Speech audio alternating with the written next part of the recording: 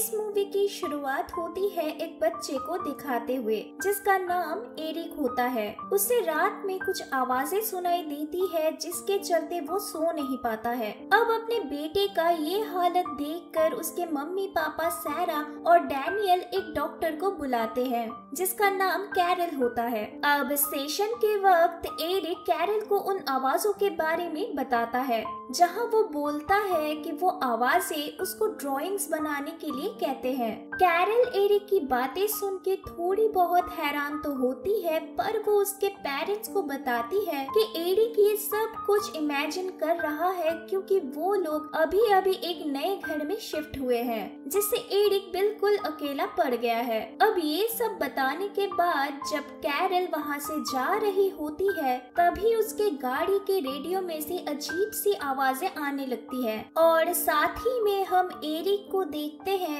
जो अपने रूम में एक ड्राइंग बना रहा होता है जहां वो एक डाली ड्रॉ करता है जिस पर खून लगा हुआ था।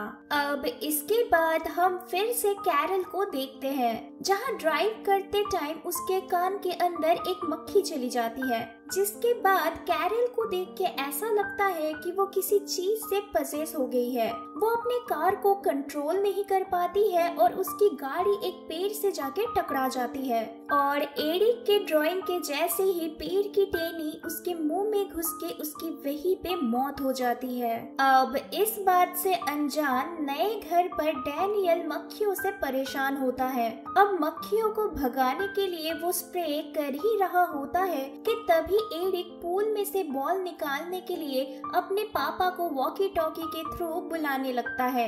इसके बाद डैनियल उसके बॉल निकाल के देता है और एरिक को पूल के पास अकेले जाने से मना करता है। अब इसी दौरान सैरा एरिक को नहाने के लिए बुला लेती है जहां उसे बाथरूम में लगे वॉकी टॉकी से आवाजें आती है कि उसके पापा डैनियल उसे पसंद नहीं करते हैं, जिसको सुनने के बाद वो सैरा को ये बात बताता है। लेकिन उसकी मॉम कहती है कि ऐसा कुछ नहीं है, बल्कि उसके पापा उसे बहुत प्यार करते हैं। अब रात को डैनियल सैरा को दिलासा देता है कि स्कूल में कुछ दोस्त बनने के बाद एरिक फिर से पहले जैसा हो जाएगा और इसके बाद वो लोग सो जाते हैं। लेकिन आधी रात को पूल के पास का गेट आवाज करने लगता है जिसके कारण डैनियल का नींद टूट जाता है और इसके बाद वो गेट को बंद करने चला जाता है। लेकिन रूम में जाते टाइम वो एरिक को वॉकी टॉकी पर किसी से बात करते हुए सुनता है। अब इधर रूम में हम एरिक को देखते हैं जहां उसके रूम में अचानक से उसका खिलौना आवाज करने लगता है।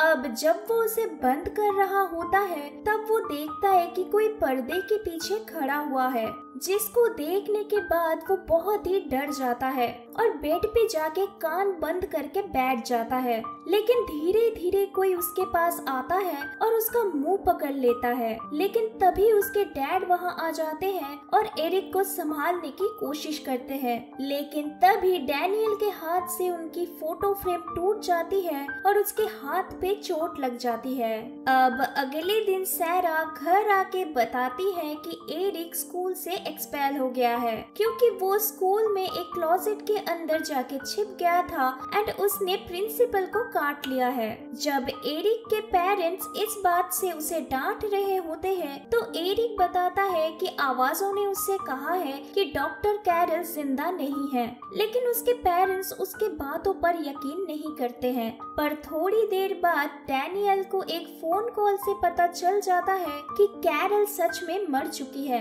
लेकिन उनको लगता है कि स्कूल में किसी ने ये बात एरिक को बताया होगा जिससे उसको ये बात पता चली है।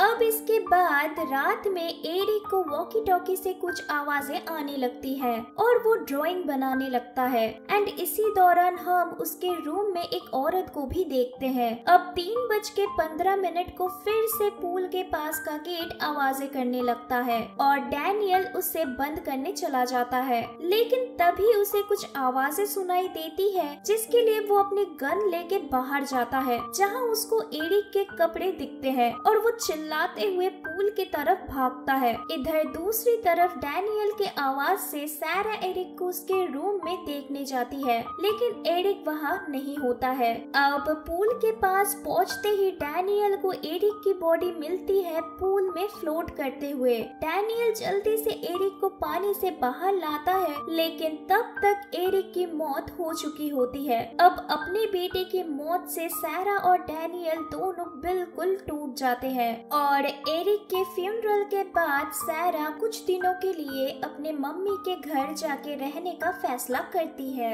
अब सामान पैक करते टाइम वो तकिए पर खून का निशान देखती है, लेकिन वो डैनियल के हाथ में लगे चोट का खून समझकर उसे इग्नोर कर देती है। सारा डैनियल को भी अपने साथ ले जाना चाहती है, लेकिन क्योंकि उनका सारा पैसा घर के रिनोवेशन में लगा हुआ होता है, जिसके कारण डैनियल सारा के साथ जाने से मना कर देता है। अब सारा के जाने के बाद डैनियल उनके फर्स्ट टाइम घर में आने की रिकॉर्डिंग देख के इमोशनल होने लगता है और सारा को वॉइस मैसेज भेज के उसे माफी मांगता है। अब इसके बाद जब वो टीवी बंद कर देता है तो उसे बाहर से कुछ आवाजें आती है, जिसको सुन के वो बाहर जाने ही वाला होता है, लेकिन तभी टीवी वापस से चालू हो जाता है। अब टीवी फिर से बंद करने के बाद वो वॉकी टॉकी पर हेलो बोलता है, लेकिन उसको किसी से भी कोई रिस्पांस नहीं मिलता है। अब डैनियल के वॉइस मैसेज में काफी डिस्टरबेंस होने के कारण अगले दिन सुबह सारा उसे कॉल करती है उसका हाल चाल पूछने के लिए। फोन रखने के बाद डैनियल उस मैसेज को वापस से सुनता है एंड तभी उसे एंड में एरिक का आवाज सुनाई देता है, जिससे वो शॉक हो जाता है। अब डैनियल श्योर होने के लिए फिर से लैपटॉप में वापस से उस मैसेज को अच्छे से सुनता है, जहां उसे साफ सुनाई देता है कि एरिक हेल्प मांग रहा है। अब इसके बाद वो टीवी पर एक इलेक्ट्रॉनिक वॉइस फेनोमेना एक्सपर्ट का इंटरव्यू देखता है, जिसके बाद वो उसे मिलने एक बुक एग्जीबिशन में चला जाता है और उसे अपने डेड बेटे की आवाजें आने के बारे में बताता है और उस एक्सपर्ट को जैसे तैसे करके मना लेता है हेल्प करने के लिए। अब इसके बाद जर्मन अपनी बेटी रूथ के साथ डैनियल के घर चला जाता है। वहाँ पहुँच के रूथ पूरे घर में थर्मल और नॉर्मल कैमरा सेटअप करती है। सब कुछ होने के बाद जर्मन अपना इक्विपमेंट पहन के सारे कमरों में आवाजें सुनने की कोशिश करता है। अब कुछ भी डिटेक्ट नहीं होने पर रूथ अपने मॉम के बारे में बात करने लगती है, लेकिन तभी उसे एरिक के कमरे में थर्मल कैमरा की मदद से कोई बैठा हुआ दिखता है। अब रूथ को वो डैनियल लगता है, जिसके कारण वो अपने पापा से कहती है कि डैनियल को बाहर भेजने के लिए, लेकिन जर्मन बताता है कि वो डैनियल नहीं हो सकता है क्योंकि वो ऑलरेडी बाहर बैठा हुआ है। अब जब इसके बाद जर्मन एरिक के रूम में चेक करने के लिए जाता है तो उसे वहाँ पे कोई भी नहीं दिखता है, लेकिन तभी उसे रूथ की आवाज आती है, जहाँ वो अपने डैड को उस रूम से बाहर जाने के लिए बोलती है, क्योंकि रूथ थर्मल कैमरा के थ्रू साफ साफ किसी को देख पाती है, बिल्कुल उसके डैड के सामने। लेकिन इधर जर्मन को कोई भी नहीं दिखता है। बट थोड़ी देर बाद जर्मन के इक्विपमेंट में बहुत जोर की आवाजें होने लगती है, जिससे वो बहुत ज्यादा डर जाता है। अब ये सब होने के बाद जर्मन इसे पैरानॉर्मल एक्टिविटी बताता है और कल वापस से और एक बार ट्राई करने की बात कहता है। अब सबके सो जाने के बाद जर्मन को कमरे के बाहर कोई दिखता है और वो उसका पीछा करने लगता है। अब पीछा करने पर वो अपनी डेड वाइफ सोफिया को देखता है और उसे बात करने लगता है, लेकिन बातों ही बातों में सोफिया जर्मन को अपने पास बुलाती है और उसका हाथ काटने लगती है। पर तभी रूथ वहाँ आ जाती है और जर्मन इस इल्यूजन से बाहर आ जाता है। होश में आते ही जर्मन खुद को अपना हाथ काटते हुए देखता है। अब इसके बाद हम दूर सारा को देखते हैं, जिसको एक कॉल आया हुआ होता है, जिसमें उसको एरिक की आवाजें सुनाई देती है, जहां वो बताता है कि डैनियल किसी को घर लेके आया है उसे चोट पहुंचाने के लिए। अब ये सुनने के बाद सारा जल्दी से घर जाने के लिए तैयारी करने लगती है। अब इधर सुबह रूथ जब बाहर आती है तो वो पेड़ पर बहुत सारी बिल्लियों को मरा हुआ हालत में लटकते हुए देखती है। अब थोड़ी देर बाद वहाँ सैरा आ जाती है और जर्मन के बारे में पूछने लगती है और डैनियल पर बहुत गुस्सा हो जाती है। अब इसके बाद रूथ को देखते हैं जो अपने पिता के लिए मेडिसिन लेके घर जा रही होती है, लेकिन तभी एक लोकल औरत उसे बुलाती है और डैनियल के घर के बारे में बताने लगती है, जहां वो कहती है कि उस घर से जल्दी से निकल जाने के लिए। अब इसके बाद घर पर हम सैरा को देखते हैं जो एरिक के रूम में उसे ढूंढ रही होती है। अब थोड़ी देर बाद जब सैरा को एरिक दिखता है तो वो उसके पास जाती है, लेकिन तभी एरिक बेड के नीचे चला जाता है। अब ये देखकर सैरा भी बेड के नीचे जब देखती है तो उसे बेड की दूसरी तरफ किसी के पैर दिखते हैं जो धीरे से बेड के ऊपर चढ़ जाता है, लेकिन बेड के ऊपर किसी को ना देखकर सैरा बहुत डर जाती है और भागने की कोशिश करती है, पर तभी वो अपने पीछे एक औरत को देखती है जो उसकी मुंह दबा लेती है। अब इधर सीन कट होता है और लिविंग रूम में बाकी सबको दिखाया जाता है, जहां जर्मन और रूथ उस घर के बारे में डैनियल को बता रहे होते हैं। वो लोग कहते हैं कि यहाँ पर बहुत पहले विचेस को टॉर्चर करके उनको मारा जाता था और जर्मन बिल्लियों के पेड़ से लटकने का मतलब बताते हुए कहता है कि वो घोस्ट उनको वार्निंग दे रही है उसके इलाके से बाहर चले जाने के लिए। अब इन्हीं बातों के दौरान अचानक से सैरा अपने आप को फांसी लगा लेती है और खिड़की से नीचे कूद जाती है, जहां हमें दिखाया जाता है कि सैरा के मरने के बाद कैरल की तरह ही उसके कान से भी एक मक्खी निकल रही होती है। अब सैरा के मौत के बाद जर्मन उस विच को मारने का सलूशन निकाल लेता है